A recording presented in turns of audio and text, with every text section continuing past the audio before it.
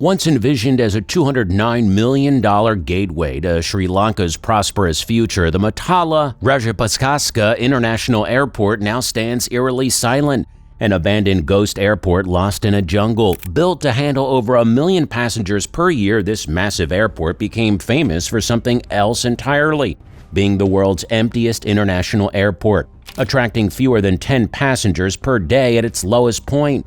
Instead of bustling terminals and roaring jets, today wild elephants roam nearby, runways sit vacant, and empty halls echo with haunting silence.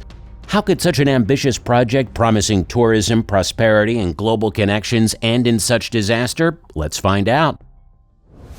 To uncover this shocking failure, we must go back to 2009 when a dream first began to take shape and mistakes were set in motion. Funded primarily through Chinese loans amounting to $190 million out of its $209 million price tag, the project embodied Sri Lanka's ambitious infrastructural dreams. Hambantota, the chosen location, was intended as a new commercial powerhouse, complete with a massive deep-sea port, cricket stadium, luxury hotels, and international trade facilities. Spanning over 2,000 acres, the airport site required significant environmental sacrifice. Around 8 square kilometers, 3 square miles, an area roughly the size of Central Park in New York of prime elephant and migratory bird habitats were destroyed to build the facility. Environmentalists raised alarms, but the Sri Lankan government moved ahead, determined to position Mattala as the country's new jewel in the global aviation crown. The sheer size of MRIA is astonishing. The passenger terminal alone spans over 10,000 square meters, 110,000 square feet, and that's about 2 football fields. It has a runway stretching 3,500 meters, about 11,483 feet, capable of handling the largest passenger planes in existence like the Airbus A380. Finally, on March 18, 2013, President Mattala Rajapaksa inaugurated MRIA. The initial excitement was contagious. On opening day, a Sri Lankan Airlines Airbus A340 carrying government dignitaries proudly landed, followed by flights from Fly Dubai and Air Arabia. At first, several airlines operated out of MRIA. Sri Lankan Airlines even established a hub there. The airport's initial months saw a brief flurry of activity with flights to international destinations like Dubai, Riyadh, Shanghai, and Chennai. But this bustling scene would be tragically short-lived. So what went wrong? From the beginning, Mattala's location posed a massive issue. Hambantota was sparsely populated, rural, and underdeveloped. There were no major cities nearby, no commercial hubs, and no solid transportation links. Passengers landing at Mattala found themselves in a remote, jungle-bordered area with limited hotel accommodations and virtually non-existent public transportation. It's akin to building JFK Airport in the middle of Wyoming's wilderness.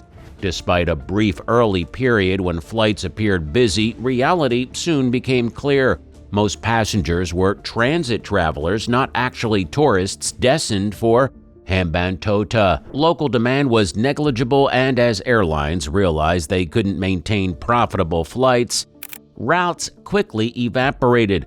Within mere months, Air Arabia, Mahindra Lanka, Cinnamon Air, and even Sri Lankan Airlines shuttered their Mattala operations, citing low passenger numbers and huge financial losses. By 2015, fewer than 5,000 passengers per year were passing through Mattala. That's around 13 passengers per day. To put that into perspective, the average McDonald's serves around 1,900 customers daily.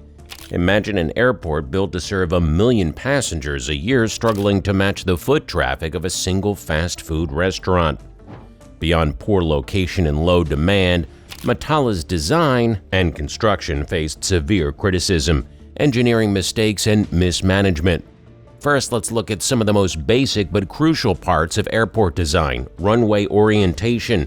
Airports aren't built randomly. Engineers carefully study local wind patterns to align runways so that planes land and take off directly into the wind. Landing into the wind helps aircraft slow down more safely and easily during touchdown, dramatically reducing risks. Think of it like running against the wind. It naturally slows you down, making it easier to stop precisely where you need to. But astonishingly, Mattala Airport's runway was built facing in a direction where pilots often had to deal with strong, unpredictable crosswinds, winds blowing sideways across the runway rather than head-on.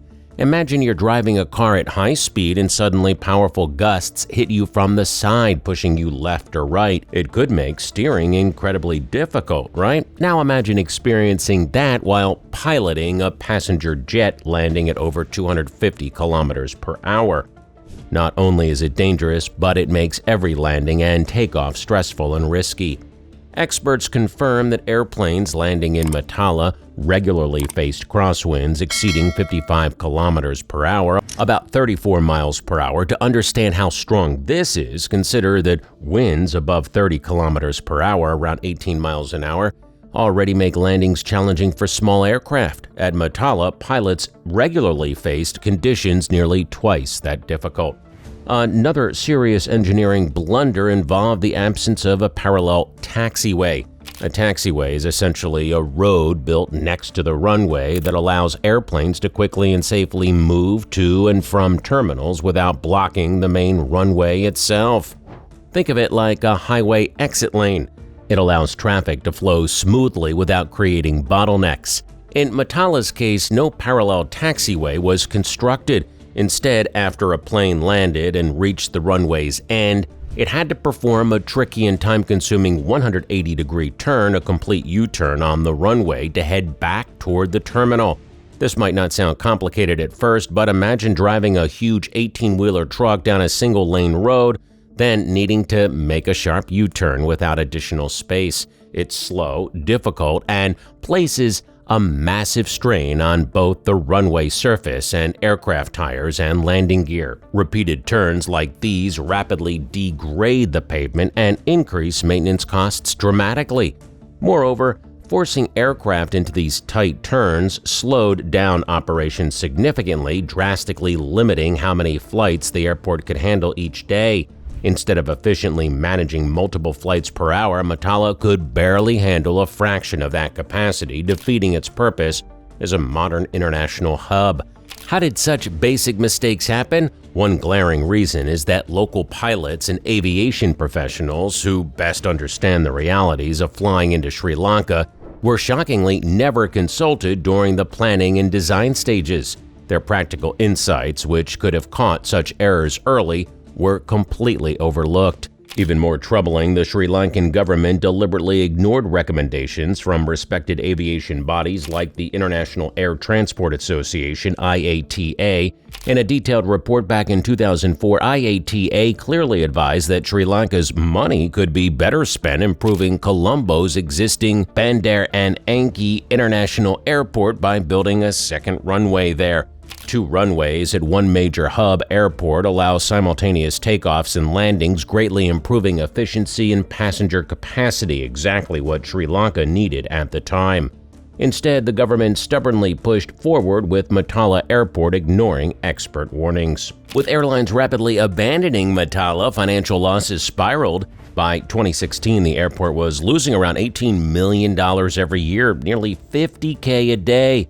Unable to generate sufficient revenue, the Sri Lankan government had to lease empty cargo terminals to store rice harvests, pepper crops, and other agricultural products, a use nobody anticipated for a multi-million-dollar international airport. The situation deteriorated further. Wildlife reclaiming the unused roads and runways became a major issue. Elephants wandered the access roads, creating hazards for what little traffic did exist. Bird strikes, collisions between aircraft and birds became frequent, adding further dangers and maintenance costs. By 2018, MRIA became the stuff of global ridicule, dubbed the world's emptiest international airport by Forbes, a sad epitaph for what was supposed to be an economic triumph. Behind-the-scenes geopolitics complicated further things. The bulk of funding, $190 million, came from China as high-interest development loans. Critics argued Mattala was part of China's debt trap diplomacy, where massive infrastructure loans to developing nations created dependency. When Sri Lanka failed to repay debts, China obtained significant leverage over critical infrastructure. Hambantot's nearby deep-sea port, also Chinese-funded, was eventually leased to China for 99 years due to Sri Lanka's inability to repay loans. Mattala Airport was feared to follow a similar path, although negotiations to operate Mattala as an India-China joint venture surfaced. These plans fell apart repeatedly, leaving the airport stranded in perpetual uncertainty. Ironically, during the COVID-19 pandemic, Mattala saw a brief revival as a site for repatriation flights, seafarer transport, and cargo operations. Between June and July of 2020 alone, it handled over 2,000 passengers across 50 flights, a significant jump from its previously deserted state. However, once international travel normalized, traffic dwindled again, but Mattala isn't alone. Around the globe, other ambitious airports have faced similar disastrous outcomes, like Germany's $8 billion Berlin-Brandenburg Airport, initially planned as a symbol of German efficiency and capable of handling 27 million passengers annually. The BER airport faced over 120,000 critical defects, endless delays, and massive cost overruns, leaving its sleek terminals empty for nearly a decade. Click here to watch our video Inside Berlin's New Airport, the $8 billion disaster, and discover how Germany's most ambitious airport became one of the biggest infrastructural fiascos in history. Let us know your thoughts in the comments below, and don't forget to subscribe for more fascinating insights into mega projects that went spectacularly wrong.